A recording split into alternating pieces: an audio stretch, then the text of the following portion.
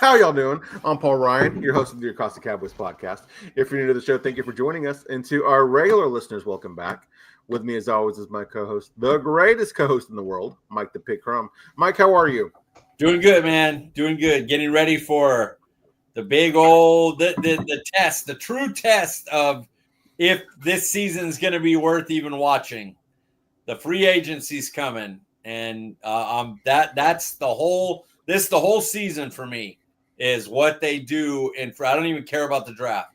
What do they do in free agency is what's going to matter. So let's get through this intro real quick, and then we'll elaborate on that for a minute. Mike, where can we find you on Twitter? At CD Piglet, guys, nice and easy. Of course, no show is complete without the conductor of the Jake Ferguson hype train, Mr. Brenden Fergie Smith. Brenden, how are you? Doing great. How about you? Can't complain, my friend. It's a good. I've had the day off, got to hang out with the family, got to get a workout in, and got to have a margarita on National Margarita Day. So I'm feeling great. Did you? Yeah, that's awesome. Did you call him Brenden Smith? Is that what I heard? That's a very fitting name for sure. After the story you just told us. Yeah. Well, Mr. Bourbon, where can we find you on Twitter? You can find me at Brenden_Smith26. Guys, I'm Paul Ryan. You can find me on Twitter at Paul_Ryan15. Mike, I love that you were talking about free agency. I didn't think about talking about that, at least not at this part of the off season that we're in. But I'm curious. You talk about free agency. What type of move or signing? Is there a name that you have in mind that you would say, okay, the Cowboys are actually trying to do something this year? The Cowboys, for me to be like, okay, we're legit this year, they would need to. I would probably like them to go get a veteran wide receiver too, a legitimate one, whether it's a signing or a trade. They would need to bring back J-Lu or a veteran of his ability. Mm-hmm. I would look for Eric Kendrick replacement level person. I would try to get better than that, but at least Eric Kendrick level. They need to bring in some sort of defensive tackle veteran. I know that that's not going to be our guy that we're losing is kind of the top of the market guy. So we're not going to bring in a guy to like upgrade that, but they need a body there. And then a Rico or a replacement like that. And if I got in that range, then I could go into the draft going, okay, here we go. If they do more than that, if they get like a big name linebacker or they find a way to trade for a big name defensive tackle, even better. But they got to make and I need to get a Golston or a Lewis or both of those back would be nice. That would be a big move. So, they got some stuff to do. They're not going to do just the Kendricks thing because they lost too many people, but they need to do more than they have in the whole McCarthy era, bringing in free agents. Okay, so how would you feel if they signed Osa to a big deal, re-signed J-Lu, and extended Deron Bland? What would those moves signify to you? I would consider that good moves for the future, but then I would have to see how they drafted, and I wouldn't be overly excited because I don't feel like paying Osa is. And it's funny because I talked about this. I put an article out, and I've been talking about. I don't know if I'm paying Osa $20 million a year. I don't think he's that type of player, and I was talking about that 2 months ago. And now I hear Broadus and Kavanaugh and everybody basically going, $20 million for Osa. I don't know if he's that dude. And it's becoming more mainstream. And I'm like, dude, I need to J-Tuck this one and like put it out there like, no, this was me, y'all. I have articles written about this already, So. Brenden, 2 questions for you. One, what are your thoughts on Osa and potentially re-signing him? And what would you feel comfortable doing as far as Osa goes? And 2, what moves or, name would signify to you that the Cowboys are actually trying this year? Osa, he is a great player, but paying $20 million for Osa level production, no. I don't know. I know our DT room is Mozzie and Justin Rogers. That's it. That's it. So that is terrible. So I'm all with Mike getting multiple bodies there, but like if Osa gets $20 million, you just have to like salute and go, hey, you got your bag, dude. I hope he can go win somewhere else. And you just gotta hope. This is like one of the only times I won't give Dallas shit for not trying to go after their own guy. I'm like, dude, it's $20 million for a good defensive tackle, not a game breaker, but he's good. Yeah. And I don't even know if I call him good against the run. Like he's good at getting pressure, but he doesn't really get tackles for loss. He doesn't get a lot of sacks, and he's not good versus the run. So it's hard to it's one thing to say, oh, DeMarcus Lawrence doesn't get sacks, but he gets pressures. I'm like, yeah, but he's the best run defensive end in football. So he has like a combination, so it's just hard. I would understand if they paid him thinking like, well, now let's see if he makes that jump. But man, if he doesn't, that contract could really saddle you bad. If we haven't seen the jump in 4 years, it's not likely to happen, in year 6 or 7. I understand that. Yeah, that's what makes it tough. And this market, like him and Milton Williams, the only two real big name defensive tackles. If it was the defensive tackle market of last year, you might have been able to get Osa for $15 million. But this year, the same people aren't coming out. Yeah, agreed. I know. I saw reading an article. It was Blogging the Boys, and they were just talking about stealing a free agent from every team in the NFC East, and they had Milton Williams on there, and I guess they viewed him as a an Osa replacement. But even like he's kind of got the same skill set as Osa, and I don't think he's even worth $20 million. No, he's the thing that people are going to realize about him is he was in a rotation with Jalen Carter, Jordan Phillips, and another kid whose name I'm going to mess up, but like, will he get you the same level when he's that dude? He's the one. I don't know if he will. Yeah. All right. So, Brenden, what was second question? Is there a name out there that would signify to you? Okay, the Cowboys are actually trying to cook this year. I do, but I just want to one last thing on on Osa is Osa's been running to the ground in the sense of he's been the guy on the defensive tackle room for most of his career. So he starts off hot at the beginning of the season, like, dude, hey, he's flying. And then you till mid-season, till like after the trade deadline, where is he? Because he's dead. Because you can't ask for anything else because he's not that big of a defensive tackle. So he's getting double teamed there whenever Micah's off the field. So you see all that stuff. So he's run down. So even if he could have another step, he's not getting it here. Yeah. Yeah. Oh, and I know because we'll have future episodes where we'll talk about like our favorite, like our best like free agents. We'll talk about like what our offseason, like perfect offseason would be. But the person I have the biggest crush on right now, it's Nick Bolton. Dude, if Dallas signs Nick Bolton, I'm going, oh, I died. Like this isn't real. I'm thinking like, oh shoot, you have a linebacker core for the next 4 years. Once Overshown comes back healthy, Leaf out, dude, you have it there. So I'm feeling comfortable. I think since the 1 year with Leighton Vander Esch and Jalen Smith, that's the only year I've ever felt comfortable with the linebacker core. But yeah, it's Nick Bolton.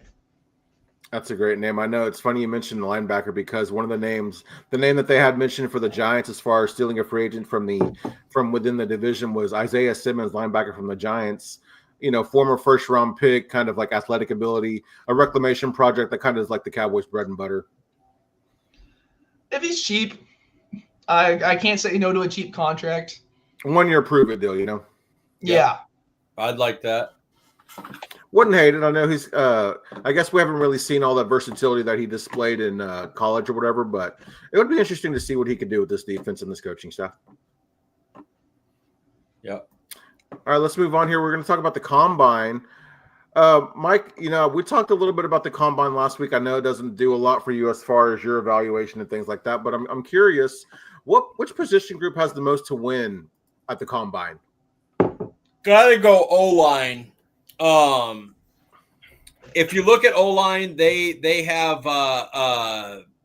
they're not top notch like they've been for a while, but there's some guys that are like in that top 15 range.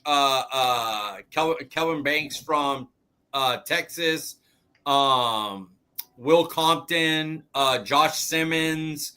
And if medicals check out with Simmons, he could be higher or drop. The running, the drills, stuff like that, interviews. if you get good stuff like that, you could end up getting 3 offensive linemen in like the top 10, 12, which would be nice for us because it might push some other people down, you know.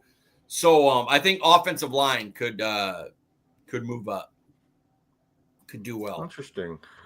You know, I would think the quarterbacks probably have the most to gain as well. Would you agree with that? Maybe not this class. I just mean overall. Yeah, the thing that about QBs is I don't even have a first round grade on any. I barely have a second round grade, and there's going to be 2, 3 in the top. 2 in the top 7, 3 in the top 20. Is the likelihood. So, it's. I think if you're going like specific players could move, but if you're talking like position, you already know quarterbacks are going to be at the top. So I didn't think of it like that. But yes, certain names, like somebody might like Ward or Sanders more by how they perform and interview and stuff at the combine. Are you Sanders or Ward as QB1? Ward, but I don't love either enough to be I would not want to draft one in this class. I got you. Wouldn't want to build your franchise around any of these guys. Yes. Although I think not that they couldn't, it's all about risk reward, which we'll talk more about that later when we discuss Walter Nolan. Yeah. Which position group has the most to lose at the combine? Ooh, I'm going to go defensive backs because if you go through them like Jahdae Barron, his measurables, if he has a lower length of arm and stuff like that, that could lower him and knock him down. Teams like Dallas typically don't take teams. They have a threshold on their arm length and height and weight and stuff like that. Ravel and Morrison are cornerbacks that are looking at medicals. If their medicals come back good, they could be top 20 guys, or they could completely fall off. I also have Will Johnson from Michigan. What's his 40 going to be? Right, Will he run? If he runs a decent time in the 4.5, he'll probably go in the top 15. If it falls out of that, he can fall out of the top 20. So DBs, I would say, have a lot to lose. Interesting. Well, Mike, are there any players who are combine proof? Like they don't really need to do anything. You know who they are. I think no matter what happens, Hunter and Carter are the closest to that. Travis Hunter, Colorado, cornerback, who will also play some wide receiver, and Abdul Carter, a pass rusher from Penn State. But honestly, not really. I mean, think about it. Jalen Carter was my number 1 prospect in the draft. Easy. Like there wasn't even a close second to him. And he dropped to 9 because of some stuff that happened. So, now it wasn't all combine related. I think it was more pro day than combine, but little stuff does impact. So, I mean, I wouldn't say anybody's combine proof, but if there were 2 guys, it'd be Hunter and Carter. Who are you most excited to see work out at the combine? Give us one on offense and defense. Okay, so I went position group, and I said defense. I went with Kenneth Grant, Michigan, Harmon from Oregon, Tyleik Williams from Ohio State, and Walter Nolan from Ole Miss. On offense, Alec Ayomanyor and Savion Williams. And I want to see kind of their drills more than just them running and stuff. I want to see how they break off routes, how they snag the ball. The drills are kind of important for these second-round receivers, day 2 receivers. But the 2 that I really want to see are those because they could play out. They're big enough to play outside, and they have the athletic ability to move it in. So they'll be weapons that'll really help Dallas if they end up coming here. Gotcha. I know has Ayomanyor started to grow on you a little bit since our discussion when you did your prospect preview? Yeah, I like him. I like him. Do you guys have this is one I think you guys can answer too. Do you guys have a guy that you're looking to see in the combine? Somebody you've heard of, that you're like, I want to see how he does there. Just because of, I think it was comments that maybe you made. I am interested to see how Quinshon Judkins does, only because people are so in between on him. Like, they're not really sure what to make of him, like, because of the season he had at Ohio State compared to what he was doing. I guess it was at Ole Miss, like, not knowing who he really is. I'm interested to see what he does, because I feel like his stock draft could really, rise or fall based on the combine numbers. I think the reason he gets looked over from Dallas is because he's very Rico-like. So he's not explosive, but he'll probably be very efficient. And people are looking for more explosive runners to pair with him. But I think a team will take Judkins probably in round 3 and be really happy with the running back they got. What about you, Brenden? You got somebody in the combine you're looking for? I got 2. First off, because I think I'm just gonna have this guy for everything, just because this is my draft crush. It's Savion Williams. I just want to see like how well he does, seeing what people talk about him. For the simple fact of, I would love him in the second, of course, meaning Dallas didn't draft a wide receiver in the first, because duh. But like, or maybe he rises, or maybe he can fall a little bit, so I can feel a little bit more comfortable taking him in the second round. And then my other one is Mike Green, because I saw, of course, Senior Bowl and all that, but he has so much hype. Like, he came out like, I guess for me, he came out of nowhere, and everyone's like, dude, what if he could go to Dallas at 12? I wouldn't be mad at it. The hell? I need to see that man pop the F off to get me anywhere near comfortable with that being our first round pick. I don't believe you'll have to worry about him being in the first round anymore. I don't want to, like, there is some stuff off the field that I'm not going to go into, because I don't know if it's, I don't know the truth behind it. I know the details, but I don't want to slander his name. But he's got some off the field stuff. If you've heard it, that's. I heard it. I saw him in chatter chat. Yeah. So that means Dallas will take him in the second round, baby. He very well could be Blue Star special. I don't think he fits Eberflus. I think you can, in Eberflus's defense, you can only really have one Micah style smaller DN. You really need power guys. But I think if he like fell off a cliff and he was like, and it was like a 4th round thing, well, 5th round for us, maybe even 3rd. But if he really fell, where Dallas had a 1 on him and he fell and he's sitting there at 76 and they're just like, we had interviews with the guy. We think everything will be fine. Maybe they'd take him there, but I wouldn't expect them to take. I don't think Mike Green's going to be as high on their board even before the off-field stuff came, because I don't think they want another small defensive end to pair with Micah Parsons when the idea of Eberflus is we stop the run with a 4-man front. He could be like a Bengals guy or a Raiders guy or something, Yeah, very possible. Could he be like this year's like Josh Ball? Because like everyone had Josh Ball higher than when Dallas took him, but since Josh Ball is not great at all human being, who probably shouldn't be anywhere near the NFL, he fell. It's possible that could be true. Yeah, I haven't heard anything on Green, so I'm not going to even try to speculate. I ain't going to say jack squat. So but I do trust you, Mike. So I'll leave it at that. Yeah. All right. Which player has the most to lose at the combine?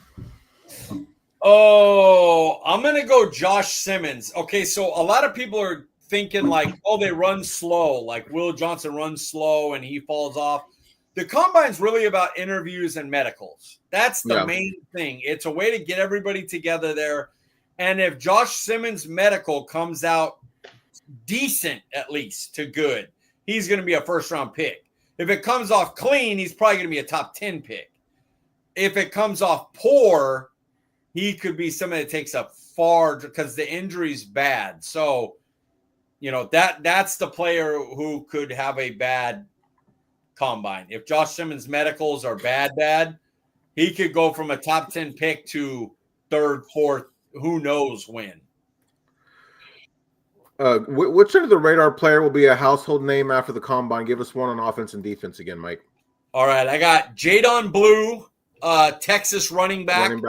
Yeah. The kid has a fumbling problem, but that's a coaching thing. You can coach that out of him.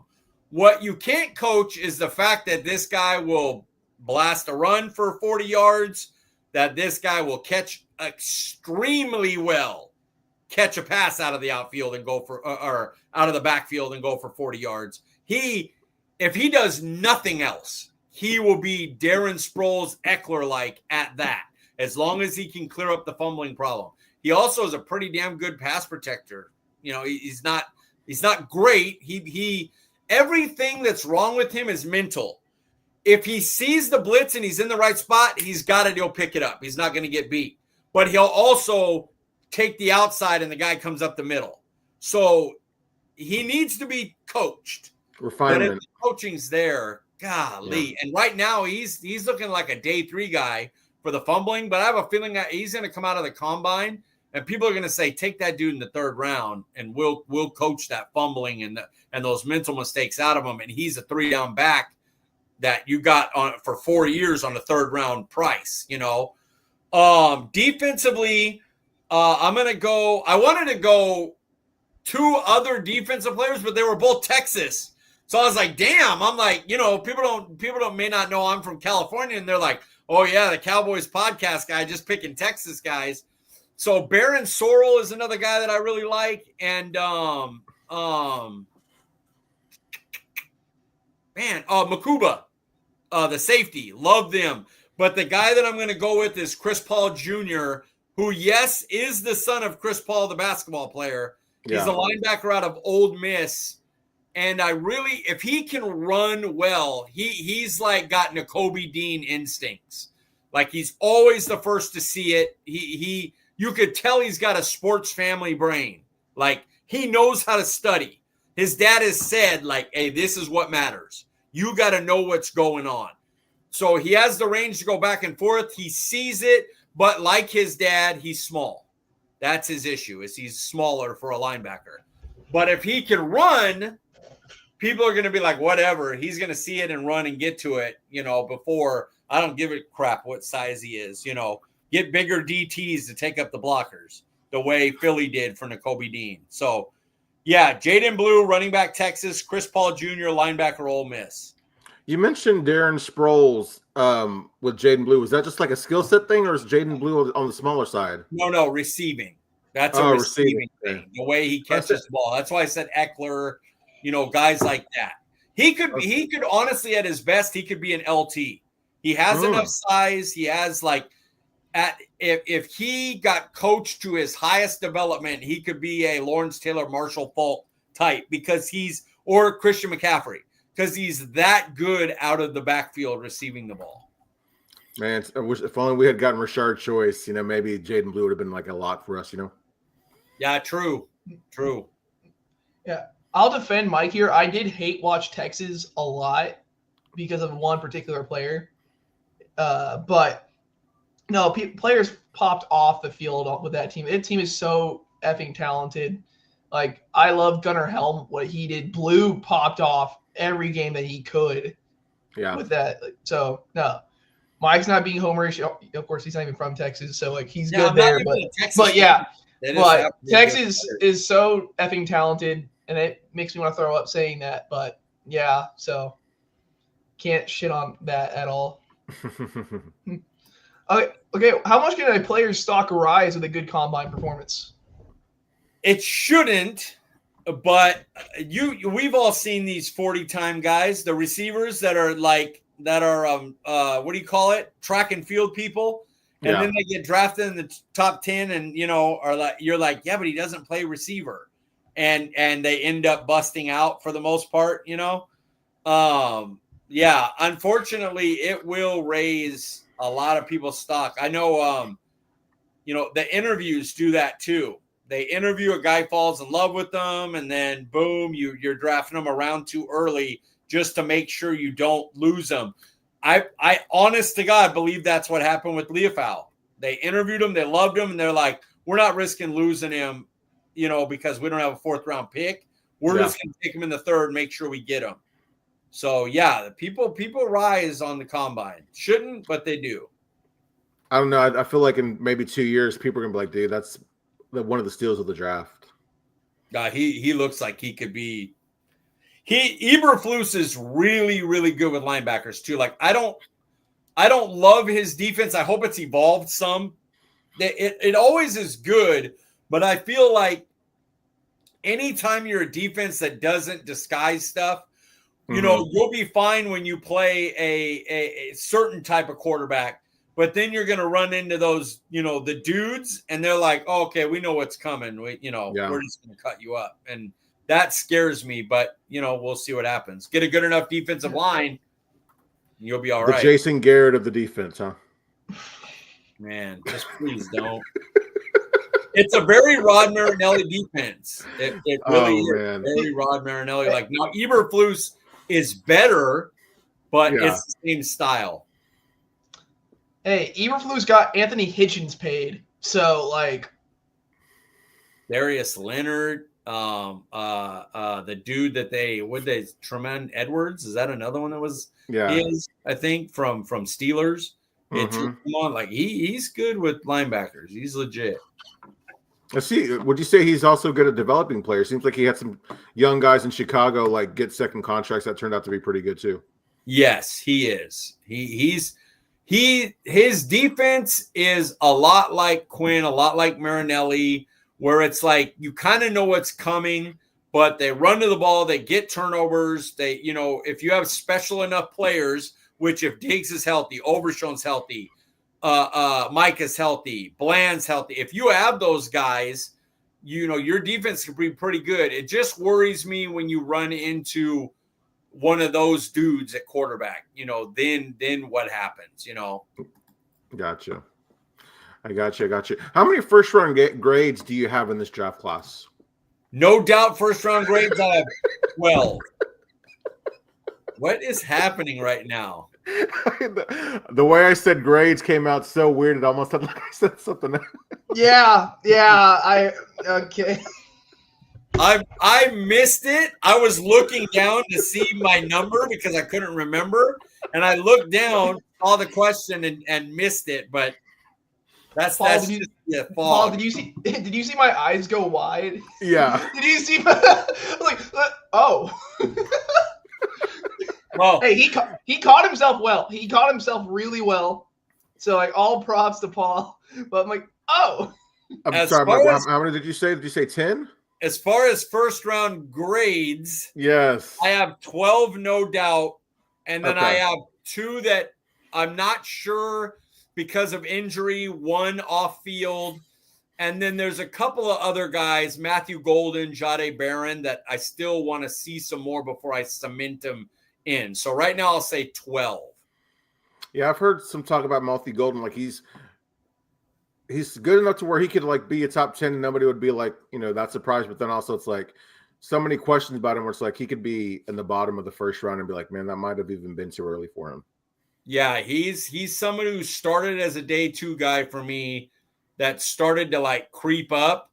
And like I feel like I want to put him in the first. Like me, I'm like, you know, I would, if things fell the wrong way or we traded back and we're at 18 or whatever and ended up with him, I wouldn't hate that.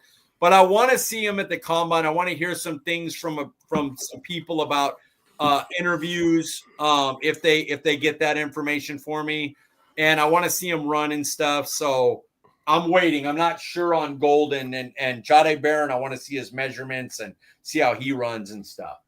Do you have some sources going to the combine, Mike? Always have some people that I can get that I can get a word from if need be. Get a little edge on.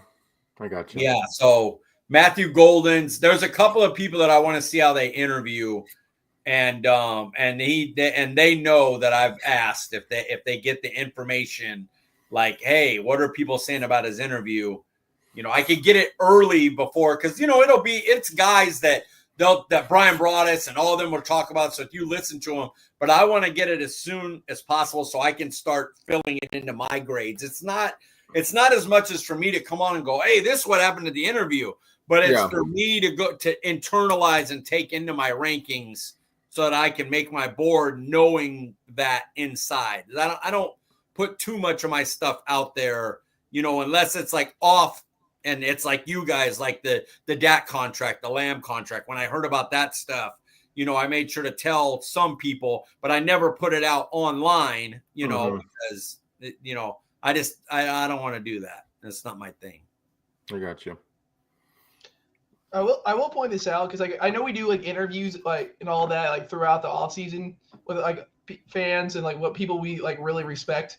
But if y'all don't love this hearing Mike talk on this stuff, like I don't know what you want for the off season talk, because like we didn't need to get any guests here. We're just basically interviewing Mike, and this is just fun because I still learn every time. Thanks, it's great. man. I've been doing this for almost 2 years, and I'm still like, oh, Mike's got a point. Yeah. Oh shit. And you keep going. So yeah. Thanks, man. I appreciate that. Thank you.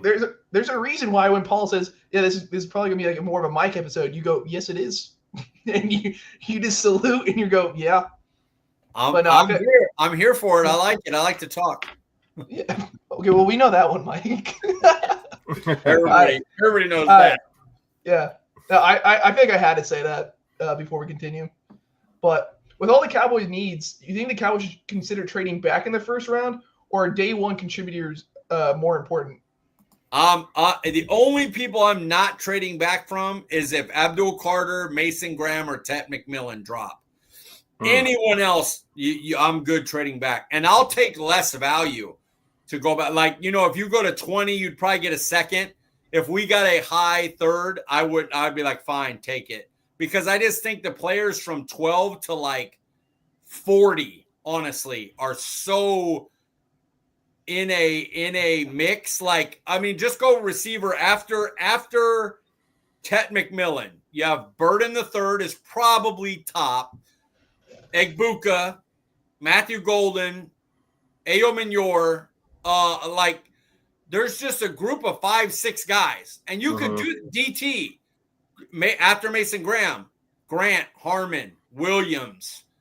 Some people would put Nolan. I want to see a little bit more before I do that, but like there's enough of like 4 or 5 guys that are main position that we want that I'm like, yeah, I'll trade back. I'd trade back into the 20s without an issue. I have no problem with that in this draft. Yeah, I'm always happy, especially with this, with this front office, to trade back and acquire more picks. If 3 of their top 20 guys are there at pick 12, could you see the Cowboys trading back or just sticking in there and making the pick? I honestly believe that it's not, if one of those if Carter fell, it'd be like Lamb.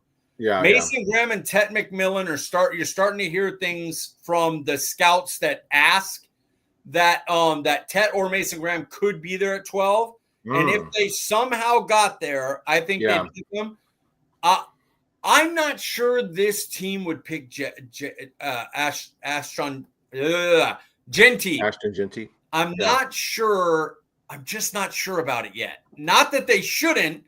I think I have him 5th as my players. And in this draft, I understand taking on. I'm not a running back that early guy. Yeah. But I kind of feel like they've gotten to that point where it's like, okay, we can get a running back. The way we build the team, we can get a quality running back at 44 or 76. And we need to get more important positions that we're not spending money on up here. So I believe if they didn't have Carter, Tet, or Graham, I think they'd bail. I'd be interested to see if Walter Nolan or Egbuka or there was one more guy, Burden, would be added to that. Like if they're there. But I'm not. I really think they'd want to trade. I mean, they traded back from Micah Parsons. Yeah, and they'll tell you he was the top defensive player on their board. They just wanted a corner, so they were going to take the lesser player to get Surtain or Horn. But they traded back from their best defensive player because it was like, well, we need to, we lost a fourth. We need to make up. We need more picks. So I think I would, if you made me bet, I would bet on a trade back over taking a player right now. Man, imagine having either Surtain or J.C. Horn and not having Micah Parsons. I wonder what this team looks like. I would love to have Surtain, but not at the cost of Micah Parsons. Yeah, for sure. Imagine if we had J.C. Horn and not Micah Parsons. My goodness. Oh, that'd be bad. We'd be bad. that still hurt me because I knew we needed corner really bad. So I was like so dead set on JC Horn or Surtain. And as soon as I saw them both go early, I'm like, no, why would you do this? Like, why would you do this to me? I'm like, Micah Parsons is cool and all. I was more thinking of him as a linebacker, so I didn't think too much. Yeah, I'm like, the same. you have Leighton who's fine when healthy. And I'm like, we don't need this terribly. Why would you do this to me? I was heartbroken. I mean, look at my Broncos friend who got Surtain. I'm like, you suck. You're the worst person right now. I was so mad when they drafted Surtain. I was mad. That entire offseason, nobody that was a Cowboys fan wanted anything to do with Micah Parsons, dude. So crazy. And now we have arguably the best defensive player in the league. It's wild. We didn't want another linebacker. Like, we used the first round on Leighton, and we're like, dude, how many off-ball linebackers you need when your defensive line didn't any good? Jalen Smith was still there too. Like, he was still on the roster at that point. Well, Oh my God. That was before he got like bad. He wasn't good by that time, but he wasn't like terrible by any means. Yeah. So yeah, this draft is wild. Jaden Smith, man. What position is no one talking about at 12? Oh, I think DB could be a real possibility. I think if the combine goes right for Will Johnson, cornerback Michigan, or Jahdae Barron, DB from Texas, I think that one of them could be the pick at 12. I think that's very possible. And it just kind of started to leak out, but it's kind of towards the back end. People are like wide receiver, defensive tackle, running back. Now Walter Nolan, who we're about to talk about, like, so DB's kind of the after that. Like, well, are we trying to get out of the Diggs contract, after this year when you're out of guaranteed money? Signing Bland, is he going to sign with us, or is he going to, will he go for free agency? Will we have to tag him? Yada, yada. So DB is a possibility. Pardon me. Interesting. Which player no one is talking about could be a possibility at 12? Say that one more time. Which player that no one is talking about do you think is a possibility at 12? Okay, so this was going to be Walter Nolan, but the question after that was like thoughts on Nolan coming up. So obviously he is being talked about now. So I'm going to move it to the other DTs, Grant or Harmon. Other people aren't as high on Harmon. I have him as my DT2, but Grant is like, I love Grant. So if we got either one of Grant or Harmon, I would be amazed. And I think either one of them would be possible, but Grant would be higher. But I have a feeling like Overshown, where I said Overshown could end up being the best defensive player in the draft back before we drafted him, which made me so happy. I think that Derek Harmon could be like the DT that out of this class of DTs becomes the dude that's like, damn, how was he DT4? You're like, how the hell did that happen? That they drafted 3 other DTs ahead of him, and he ended up being like Chris Jones, I also have Matthew Golden, wide receiver. If he tests well and he interviews well, he could be one that Dallas really wants a wide receiver 2 upgrade. And Golden's one of the guys that I would instantly put over Tolbert and just be like, I'm putting you out there. You're a more talented player. Man, that kind of seems high. Yeah, it is.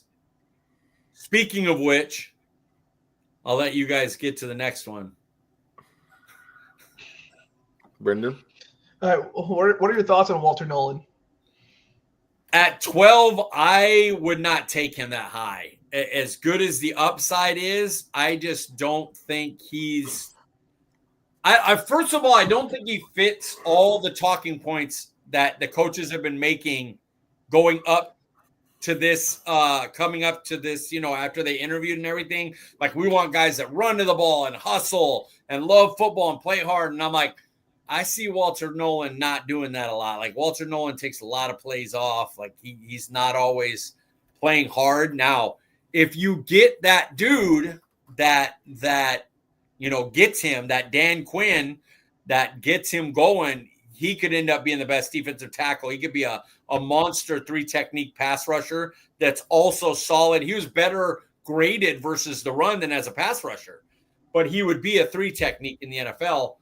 So the upside's there, but man, it would just be such a risk at 12 for what he's put on tape. I just don't see I had him as a 3rd round grade when they started talking about him at 12. And I was like, damn, over Harmon and Grant and Williams. But if they're looking for a straight 3 technique, a lot of the guys like Harmon and Grant and Williams, Harmon could play 3. The other 2 are pretty much 1 techniques with good pass rush for 1 techniques. Nolan is a straight up 3. And if I'm like, okay, I really need a 3, I got to draft a 3, I would much rather have him than like a TJ Saunders, I would rather have Nolan. So I understand the risk there, but man, that's one where I would be like, oh, I don't love the value there. Are they just maybe that the thinking is that Walter Nolan would be a better complement to Mozzie, or what do you think is the thinking there? I think the thought is when you look at Walter Nolan's splash plays, Brian Broaddus will say this a lot. If scouts say, if I seen it once, I know I could see it again.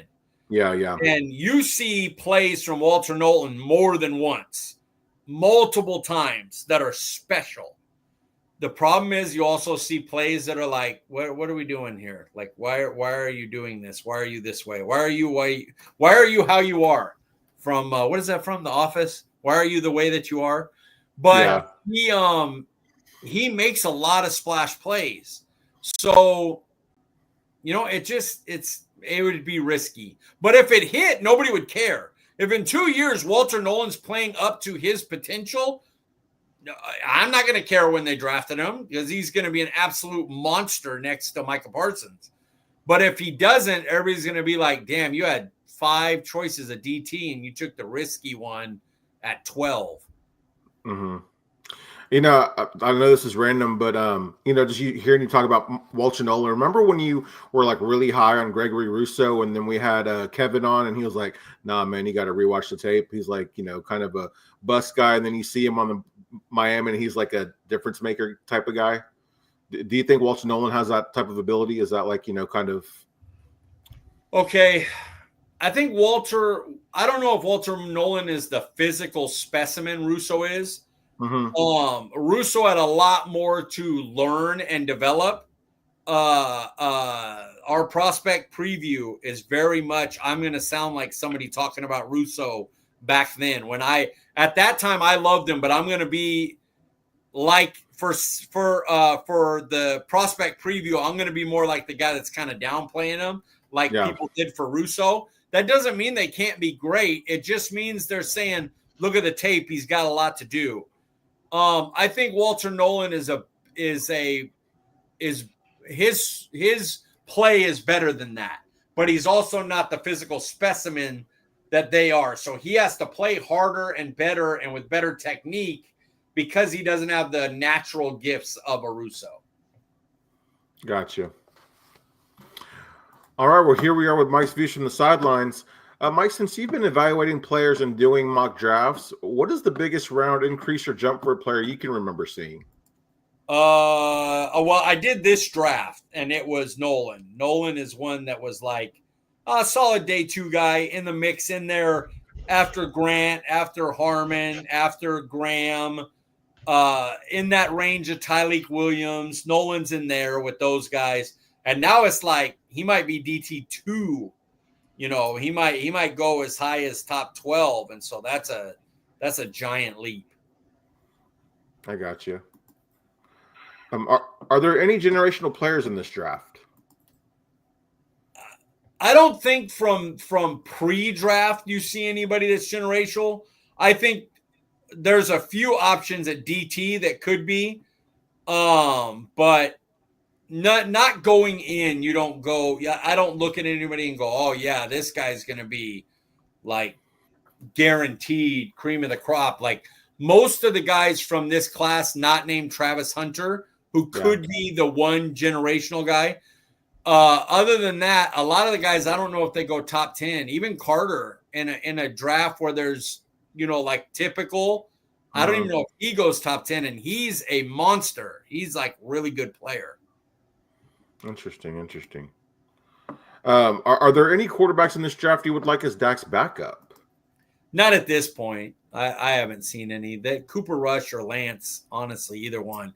If you lose Dak, you're practicing effed anyway. So yeah, you know, we don't I would honestly, I would like to see him with Clayton Adams. You know what he's done with Kyler Murray and stuff.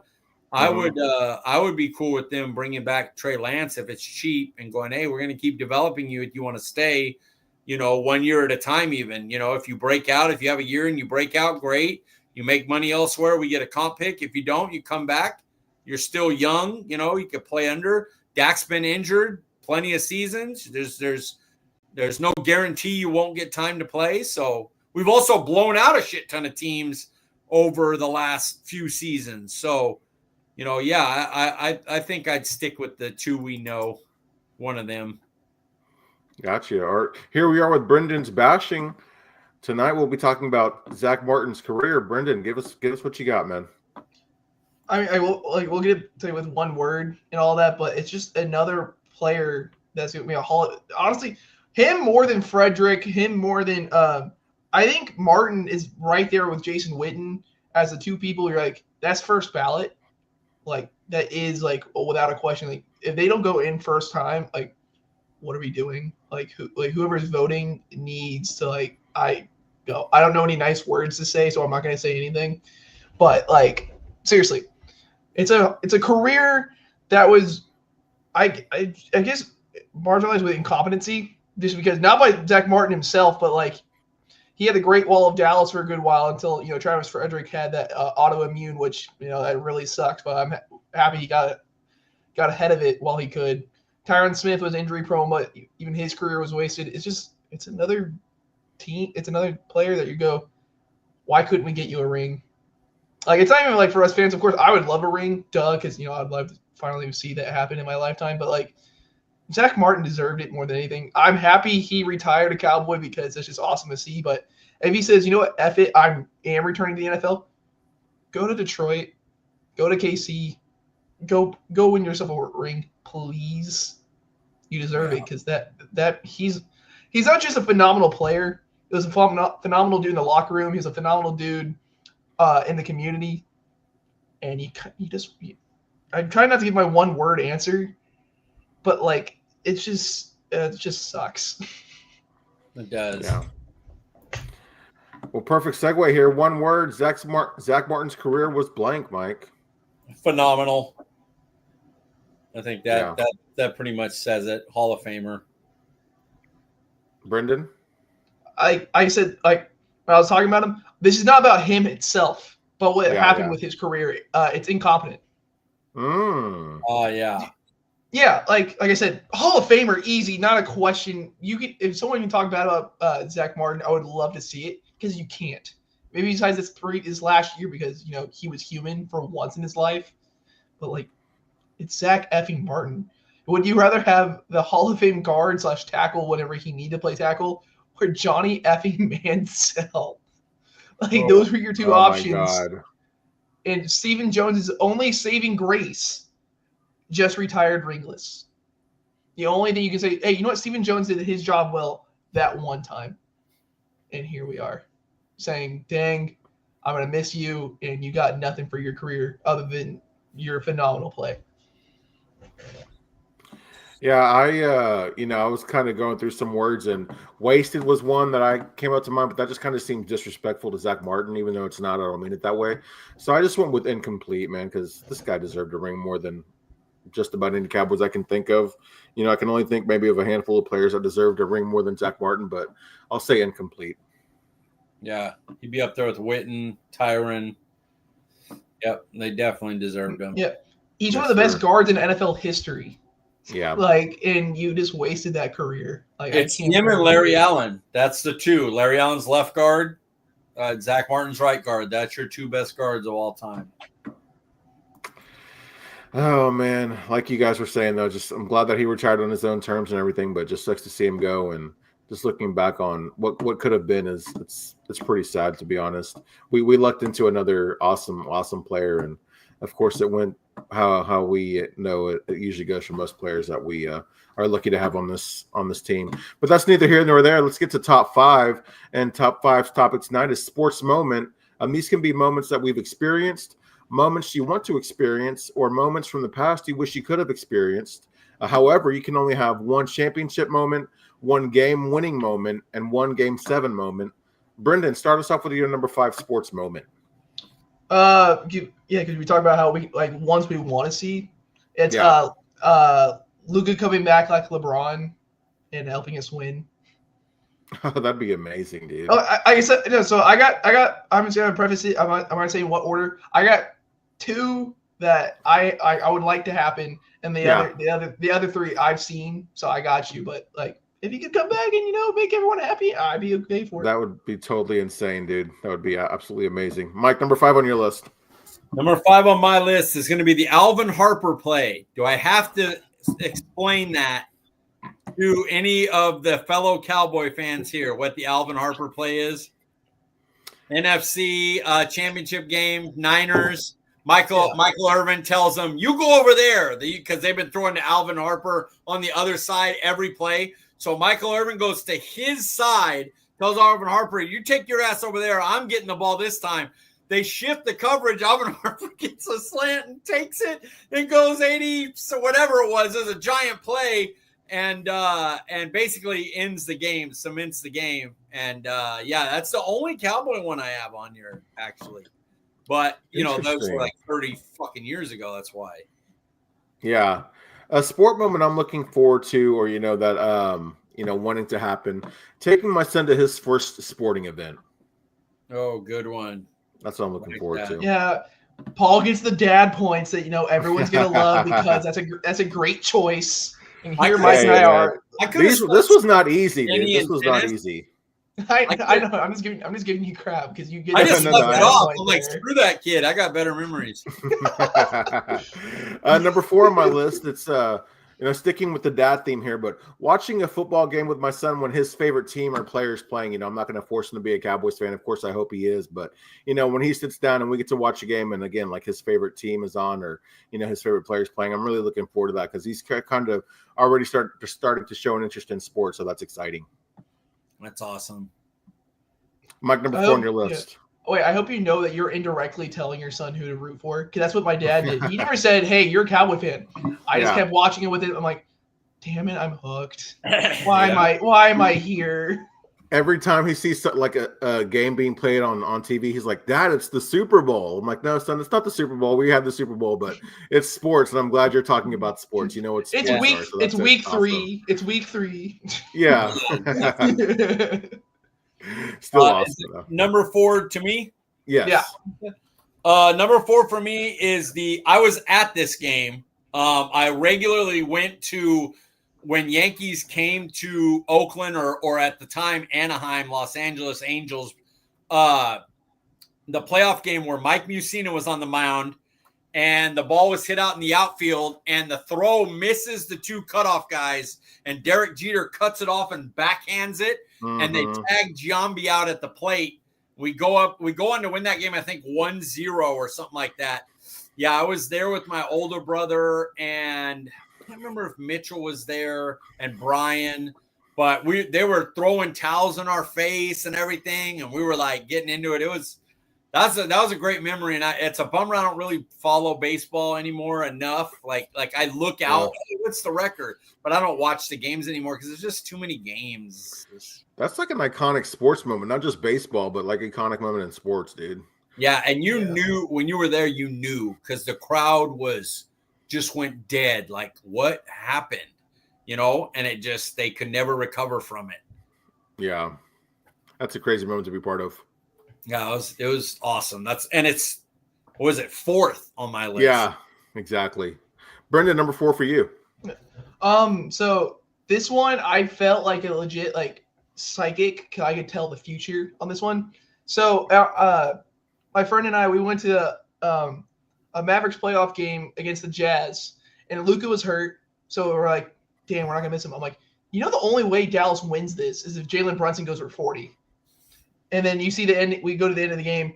We win Jalen Brunson drops 41 points, and I'm looking at him. I'm like, what in the hell just happened? I was screaming the entire time, yelling at Rudy Gobert, saying some things that, you probably shouldn't say, but I did it anyway because I was a stupid teenager. But it was so awesome. Like, that atmosphere, electric, which is why I feel so bad for every Mavs fan now because, they're being hurt and all that. But, dude, that place can get rocking when everyone's behind it. It's legendary. Dude, without Jalen Brunson, we definitely did not win that series against the Jazz, bro. Oh, not at all. Not even close. I can't believe they let Jalen Brunson get out of that building. Well, they didn't even want to sign him to a 3-year, $75 million deal. They were going to wait till the end of the year. And then his dad, like you said, pulled him. Well, also his dad's not great person who, cheated the system to make sure his son went to go be his own star in New York. But we could have had him for 3 years, $75 million, and we decided not to, man. We wanted to wait. How ridiculous is that? That was probably a mistake. What? Dallas management doing wrong on contracts? What? No, dude, I've never seen that. Bad. All right, Brenden, number 3 on your list. Okay, this is my this game turned out to mean nothing, but this is my favorite sports moment I think I've been to. It was last year. A shocker. We talked about me liking bourbon at the beginning of the show. This is going to be turned into a bourbon story. And I would like to point out, this has been hot chocolate. This has been hot chocolate. Thought it was coffee. No, I'm trying to get myself to sleep after this. So the game goes on. The Rangers are basically hitless going into the bottom of the ninth. We score. I'm drinking, so I'm stressed out. I'm looking at my friend Cooper. I'm like, dude, I don't think I can walk up the stairs. He's like, you good? I'm like, I don't know. So we go into extras. 2 outs. Josh Smith is 0 for 4 on the day. And we're like, oh, shit. If he can just get walked, Corey Seager's going to come up the bat. Like, let's get Corey Seager up the bat, and we have something. Josh Smith pimps the hell out of it. And we go screaming. We're on the right field line, so you can't tell the ball's going to die or not. So we all just stood there, like, shaking. And you see the ball go over, fireworks go off. It was the best feeling. I got sober so fast. Like, I was pumped. I could run around the ballpark if I needed to. Because that was just so electric. Also, it was against Houston, too. Yeah. So it felt so good. Because Josh Smith, I have that picture saved on my phone of him just pimping the hell out of it. And you go, damn, that's fun. I watched some of that on your Snapchat, didn't I? I posted FU Houston on it. Oh yeah, I do that for every team I go to a game and we beat. I tell them to F off. But dude, like I said, that feeling I don't think will ever go away. I watched Wyatt Langford hit a walk-off grand slam against the Yankees, which was great. But like nothing beats that Josh Smith one because you're like, we don't have this. We don't. Like this isn't it. We're gonna effing lose, and I'm gonna be a sad boy. And it was awesome. What an amazing series that turned out to be, dude. Yeah. All right, Mike, number 3 on your list. Number 3 on my list. Magic's baby hook in the Garden over 3 Celtics to put them ahead. Larry, it wasn't a last-second shot either. Larry Bird actually got the last-second shot from the corner and missed it, but it did put us ahead, and it was like the first time Boston took a loss like that in the Garden. It was that, and I was only I was single digits at that time, and I remember it. Like that's how Magic's my favorite player, is my favorite sports person ever. So like I still remember that. Just of course Magic was gonna make that hook. It was beautiful. The start of my Lakers fandom and love. It's a good way to start it. Number 3 for me is seeing my all-time favorite player, Pudge Rodriguez, get his jersey retired at the old Texas Ranger Stadium, man. That was amazing. That's a nice one. I like that. Pudge, man, Hall of Famer. Probably the best catcher of all time. Yeah. Yes, sir. Yes, sir. Number 2 on my list, man, I want to see a Dak-led Cowboys Super Bowl. That's a good one. I would love that. Just because he's been such a good player and gone through so much shit, like so much, just because he wears the star. He's a quarterback of Dallas. I would love that for him. I wish that would happen. Yeah. Number 2 for you, Mike. Number 2 for me. I don't know if people remember this, but the Lakers were playing Portland. Game 7. Portland had came back in the series, and then they were up by 20. Byron Shaw hits a 3-pointer bank at the end of the third quarter, and it like gave us momentum. And we started to come back through the quarter, and then we got the lead, and then Kobe Bryant shakes Scottie Pippen, goes through. Shaq gives him he throws it up. Shaq goes up and dunks it. I was watching it. What had happened is me and Muhammad were watching in the room, and we were down by 20, and we're like, F this, let's go in the house. This when I lived with my dad. And I was like, let's go in the house and watch it with my pop, because if this is going to be the last game and we choke the series away, let's watch it together, because we're the Lakers crew. It was me, Muhammad, and my dad. Mitchell came in there, but it was really us 3 first.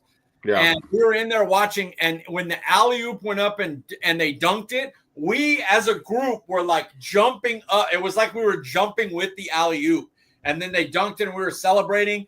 And it probably is my true favorite sports memory of all time. Like I vividly remember that. Like we talk about it still to this day. And then we went on and slaughtered and won the finals.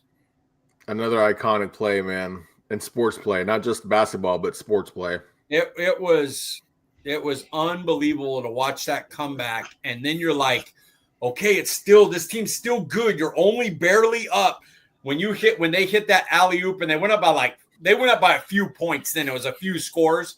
You're like, This is over. Like we did it. We came back and got them, and we're going to the friggin' finals now. It was amazing. Pippen on the Trailblazers was nasty, dude. Oh man, their team. What's the name? But Rasheed Wallace. Yeah, unguardable, just a monster. Yeah, Rasheed Wallace was a baller, man. An underappreciated baller for sure. Number 2 on your list, Brenden. My 1 and 2 are interchangeable because, of course, from what I've talked about, so y'all know, watching the Rangers win their championships, my first ever championship in my lifetime, is going to hold a special place in my heart forever. Yeah. But this is the most obvious one I could think of. It's the biggest hit in Rangers history. It will become a statue. Corey Seager hitting that go into extras, hitting that tying 2-run bomb as he nukes the shit out of it.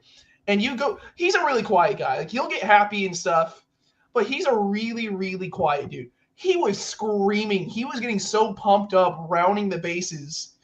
And you go from this game's over and you're like, well, that sucks. Game 1 and in Texas and you lose. That's great. That's awesome.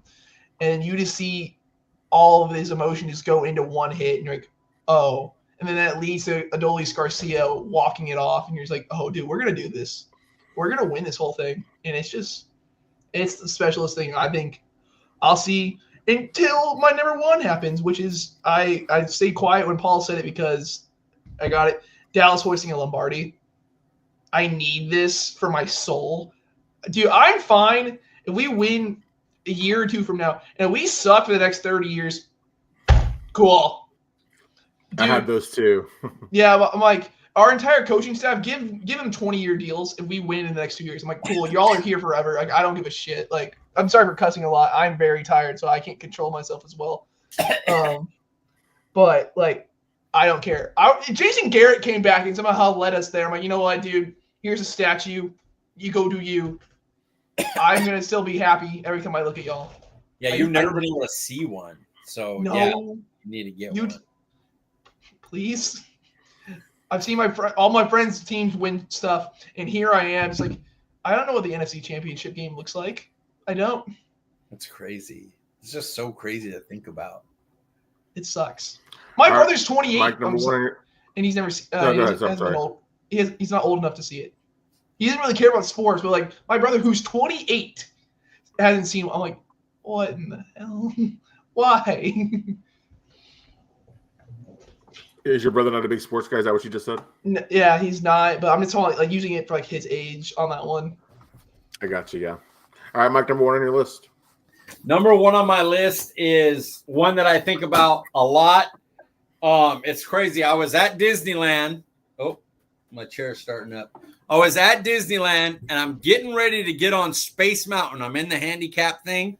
And I go on my phone, and I see Luka traded to the Lakers. It was my fifth. I moved it to one just to fuck with you guys. That was actually my fifth one, but I was like, I'm going to put it first. And so I walked around the park for like an hour talking to Muhammad on the phone, not doing anything while you're at Disneyland. Just shocked that my favorite player just got traded to Lakers. That's actually my number 5. It's not above any of those other ones. I just wanted to see Brenden take his headphones off. That was so worth it. Oh, so I hope y'all loved Mike's input on the combine because we'll never see him again. What was your number one, Paul? What's your number one sports memory? Was it like mine? I can't even say that with a straight face. I can't even say that with a straight face. I love Mike too much. My number one, fitting after Mike's number one, but Dirk Nowitzki's 2011 championship run, man. Great, dude. I wasn't into sports then, man. I hate that I wasn't. Whooped my Lakers ass. Iconic. And if you talk about a player deserving of a championship, like Dirk is up there. Well, he was robbed of one. He was robbed of one, yeah. That Miami one. I don't even want to talk about that. That was embarrassing. I didn't have it like. It's not like I was a Dallas Mavs fan. You know what I mean? I didn't hate Miami. That was just ridiculous, like clear-cut bullshit, you know? So, yeah, I'm glad he got one. Yeah, but that just made it even more deserving because he gets screwed out of a finals, wins MVP, then gets bounced in the first round in like humiliating fashion the following season, and then just has like an up and down, a couple of seasons. And then he finally gets to it, man. But talk about somebody getting to watch a player's beginning and end of their career. Hard to beat Dirk Nowitzki, man. Yeah, dude, it's great to see because Dirk Nowitzki is such a nice guy. Like he really, really is. But when you see pure hatred from a really nice person, that's like he despised LeBron and the Heat. He hated everything about them. And you're like, oh, you're done. You pissed off the nice Sherman. It's like you made fun of him being sick too. That rallies the entire team around him. Yeah, you're gone. I'm sorry. Now he's a Laker. No, he said. Oh yeah, probably. He's a Luka fan. He's a Luka fan. I think he's a Luka fan number one. There was a Laker game on, and there was a Mavs game on the same day, and my guy Dirk Nowitzki was on the Lakers. In the Lakers, love me some Dirk. So Paul, I know we're not doing the show tomorrow, but starting Monday, are we starting like new applications or whatever? Yeah, we'll start taking applications for a new co-host, man. I think that's pretty fitting. But before you end your final episode, run on the show, your final episode, give us your prospect preview on Shamar Sanders, edge out of Texas A&M. I totally forgot about that. You know what? I could do it without my notes. Here's the thing about Shamar Sanders. All the physical traits in the world. He's like 6'5", 280, big dude, powerful hands and everything. I would not touch him in the first round. I just don't think he knows. Every sack he has, he's running through somebody. Like he doesn't have a pass rush repertoire that you could count on. He doesn't have counters. He has a good get off and he has a good build, and I'm terrified of players like that. Could he be somebody, a Gregory Rousseau or something like that? Absolutely. Could he be a Taco Charlton? Yes, he could. And that's why I can't. Like, I'll take Walter Nolan, no problem, in the first and be like, oh, okay, this is worth the risk. I don't believe taking him in the first is worth the risk.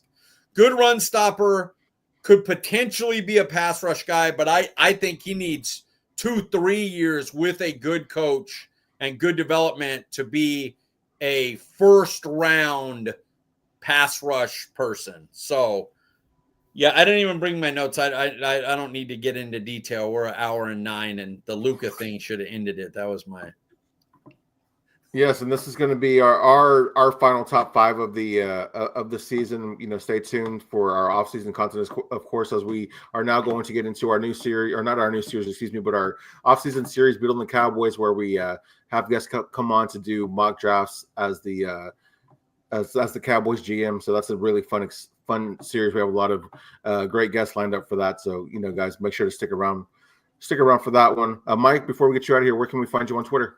CD Piglet, guys, nice and easy. Brenden, what about you? I talked all good about Mike just for him to stab me in the back. I'm hurt.